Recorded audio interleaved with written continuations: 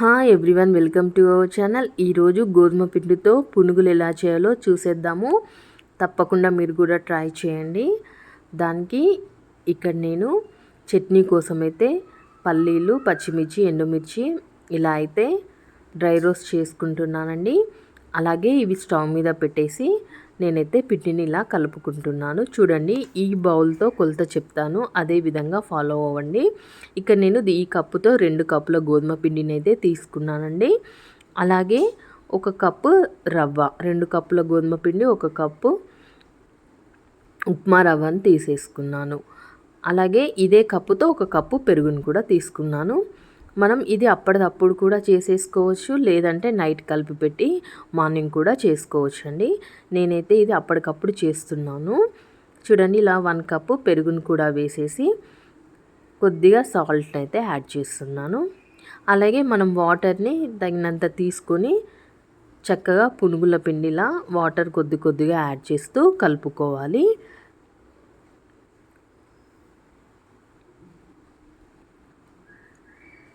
కొద్దిగా వాటర్ని యాడ్ చేస్తూ అయితే మనము కలుపుతూ ఉండాలి పిండిని. ఫస్ట్ పెరుగు వేసాం కదా, పెరుగు వేసిన తర్వాత ఒక్కసారి అంతా ఇలా కలుపుకోవాలండి. తర్వాత కొద్దిగా వాటర్ని యాడ్ చేస్తూ పునుగుల పిండి కన్సిస్టెన్సీ వచ్చే విధంగా అయితే మనము పిండిని అయితే కలుపుకోవాలి.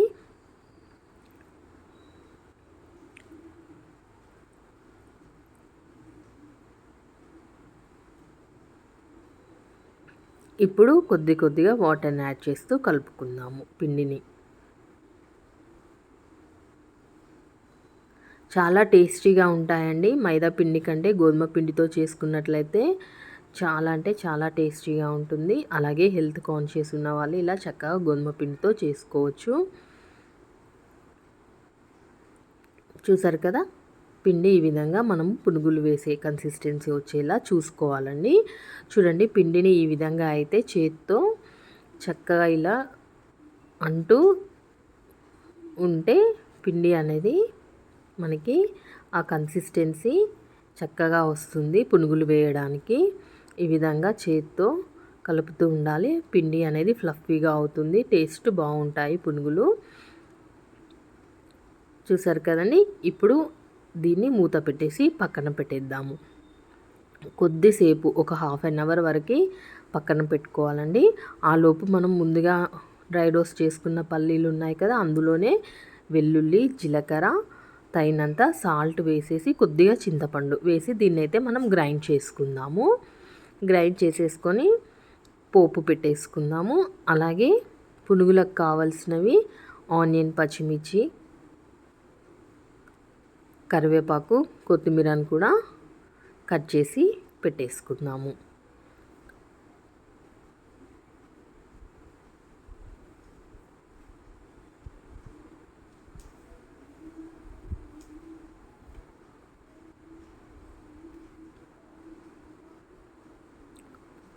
పోపులో నేను కొద్దిగా జీలకర్ర, ఆవాలు, ఎండుమిర్చి, కరివేపాకు, కొద్దిగా పసుపును వేసానండి. వేసి పోపు పెట్టేశాను పచ్చడి.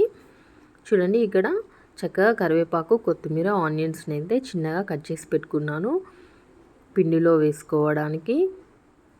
ఈ విధంగా గోధుమ పిండితో మీరు ఎప్పుడైనా పునుగులు ట్రై చేశారా? ట్రై చేస్తే మీకు ఎలా టేస్ట్ నచ్చిందా నా కామెంట్ సెక్షన్లో షేర్ చేయండి. ఒకవేళ ట్రై చేయని వాళ్ళు ఎవరైనా ఉంటే తప్పకుండా ఈ రెసిపీ ఫాలో అవ్వండి.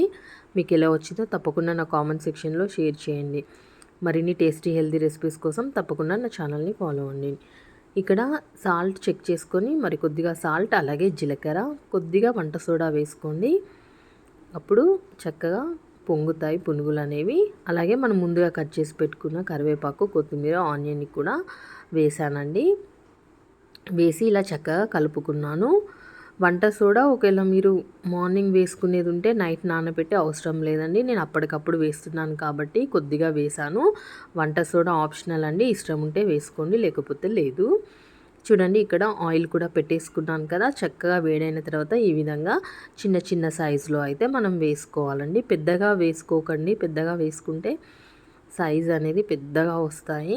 ఇలా తక్కువ పిండి వేసుకుంటే మనకి చక్కగా పునుగుల షేప్ అయితే వచ్చేస్తుంది. టేస్టీగా ఉంటాయి, చక్కగా మధ్యలో ఉడికిపోతాయి.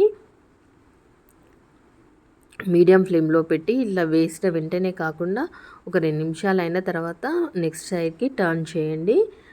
అంతే అండి. గోల్డెన్ బ్రౌన్ కలర్ వచ్చే వరకు ఉంచేసి తీసేసుకుంటే ఎంతో టేస్టీగా ఉండే గోధుమ పిండితో పునుగులు అయితే మనకు రెడీ అవుతుంది. చక్కటి వర్షాకాలం సాయంత్రం వేడివేడిగా ఇలా గోధుమ పిండితో పునుగులు చేసుకొని తినండి, అదిరిపోతుంది. పిల్లలు కూడా చాలా ఇష్టంగా తినేస్తారు. పచ్చడి అవసరం లేకుండా వట్టి పునుగులు కూడా తినేసేయొచ్చండి. మీకు పచ్చడి ఒకవేళ కావాలి రెసిపీ అంటే నా కామెంట్ సెక్షన్లో షేర్ చేయండి. రెసిపీ కోసం తప్పకుండా ఆ రెసిపీ కూడా నేను పోస్ట్ చేస్తాను. చూసారు కదా ఎంత ఫ్లఫీగా, ఎంత కలర్ఫుల్గా చక్కగా వచ్చాయి కదా. గోధుమ పిండితో చేసుకుంటే టేస్ట్ కూడా సూపర్గా ఉంటుందండి. మైదా పిండి కంటే ఎక్కువ నేను గోధుమ పిండినే ప్రిఫర్ చేశానండి. నేను అసలు మైదా పిండి అసలు యూజ్ చేయను. మీలో ఎవరైనా గోధుమ పిండితో చేసుకోవాలి అనుకుంటే చక్కగా ఈ రెసిపీ అయితే ఫాలో అవ్వండి. అంతే అండి. ఇక్కడ నెక్స్ట్ వాయి కూడా వేసేసాను. అలాగే పిండి మొత్తం వేసేసుకొని చక్కగా సర్వ్ చేసుకొని తింటే ఎంతో టేస్టీగా ఉంటాయి, సూపర్గా ఉంటాయి. లేట్ చేయకుండా మరి మీరు ట్రై చేసేయండి. మీకు ఎలా వచ్చిందో నా కామెంట్ సెక్షన్లో షేర్ చేయండి. నా రెసిపీ నచ్చితే మాత్రం తప్పకుండా లైక్ చేయండి. నా ఛానల్ని మీ ఫ్రెండ్స్ అండ్ రిలేటివ్స్కి షేర్ చేయండి. మరిన్ని టేస్టీ అండ్ హెల్తీ రెసిపీస్ కోసం తప్పకుండా నా ఛానల్ని ఫాలో అవుతూ ఉండండి. నా వీడియో మీకు నచ్చిందనే అనుకుంటున్నాను. నచ్చితే మాత్రం మీరు ఫాలో అవ్వండి. ఎలా వచ్చిందో నా కామెంట్ సెక్షన్లో షేర్ చేయండి. అంతే అండి. ఎంతో టేస్టీగా ఉండే గోధుమ పిండి పునుగులు రెడీ అయినట్టే. చూసారు కదా ఎంత సూపర్గా ఉన్నాయో. చూడండి లోపల కూడా చక్కగా కాలాయి, అద్దిరిపోయాయండి టేస్ట్. మీకోసం ఒక్కసారి చట్నీతో టేస్ట్ చూసి చెప్తాను ఎలా వచ్చిందో. సూపర్ అంటే సూపర్గా ఉందండి, అద్దిరిపోయింది. సూపర్ అసలు. మీరు ట్రై చేయండి. మనం బయట తెచ్చుకున్నట్లయితే ఎక్కువ కాస్ట్కి తక్కువ వస్తాయి కదా. ఇలా చక్కగా ఇంట్లోనే చేసుకున్నట్లయితే ఎక్కువ తినేసేయచ్చు, మనం కూడా హెల్తీగా తినొచ్చు. Okay friends, thank you for watching.